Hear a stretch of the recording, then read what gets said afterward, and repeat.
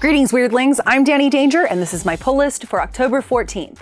DC Bombshells number 3 comes out this week, and I've got one thing to say. Joker's daughter? Ew, your teeth. Seriously, I can't even.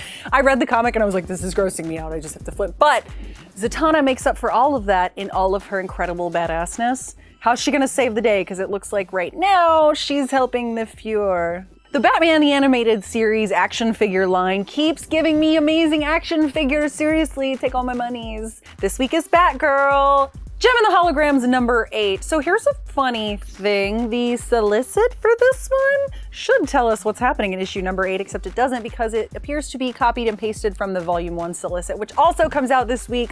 But now I am not a fan of the show from back in the day. Oh my God, somebody please don't kill me or send me awful hate mail.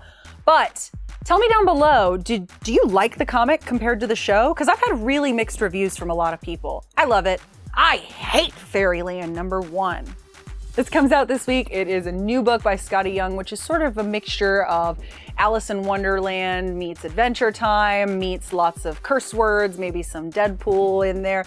But I'm really excited because this looks awesome and super bloody, because the only thing that I think you can add to a Skottie Young story to make it better is like unnecessary amounts of blood, guts, and gore. In A-Force number 5, we discovered who our betrayer is, but they're not going down without taking everyone else with them, which absolutely sucks. So we were really concerned about the wall falling over here in Siege, and now we're concerned, oh wait, the wall is falling in Arcadia.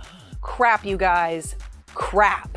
In Guardians of the Galaxy number 1, I'm absolutely gonna pick up this title. Peter Quill is out, Kitty Pryde is in, and the team is being led by Rocket Raccoon. Now, I don't know how many of you went out for sports in high school or anything like that, but I find that all teams are better led by a small furry mammal who's very, very angry and full of curse words. In Ms. Marvel number 19, I mean, yeah, the whole world is ending, but Ms. Marvel just told her parents who she is.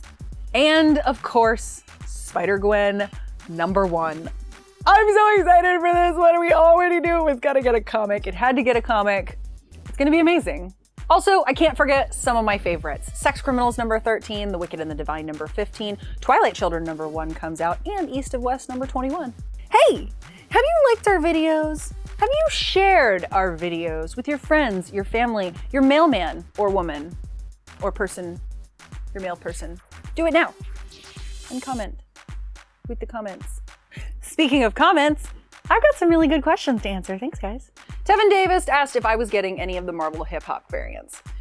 So here's the thing about variants. I'm like super, super picky about variants, so I only get stuff with artwork that I really, really like. And with the hip-hop variants, it's also a combination of, do I like this art, do I like this title, and do I like this album? And the only one so far that sort of falls under all 3 categories that I absolutely have to have is the Kamala Khan Miseducation of Lauryn Hill crossover cover, of which I will probably buy 2. Does that seem excessive? I don't care. Gonqualo Tiago, whose name I'm pretty sure I just accidentally butchered, sorry buddy. But he asked if there was a comic that changed my perspective on comics from, you know, hey, this is for kids to, hey, this stuff is actually for grown-ups. This is a qualifying answer because Persepolis technically was the first comic that I read where I sort of felt like it had very adult material. Now that having been said, it is a coming of age story about a young girl, and it is meant to be ideally read by someone who is in like maybe late middle school, early to late high school, which is, I believe I read it at the end of high school for the first time.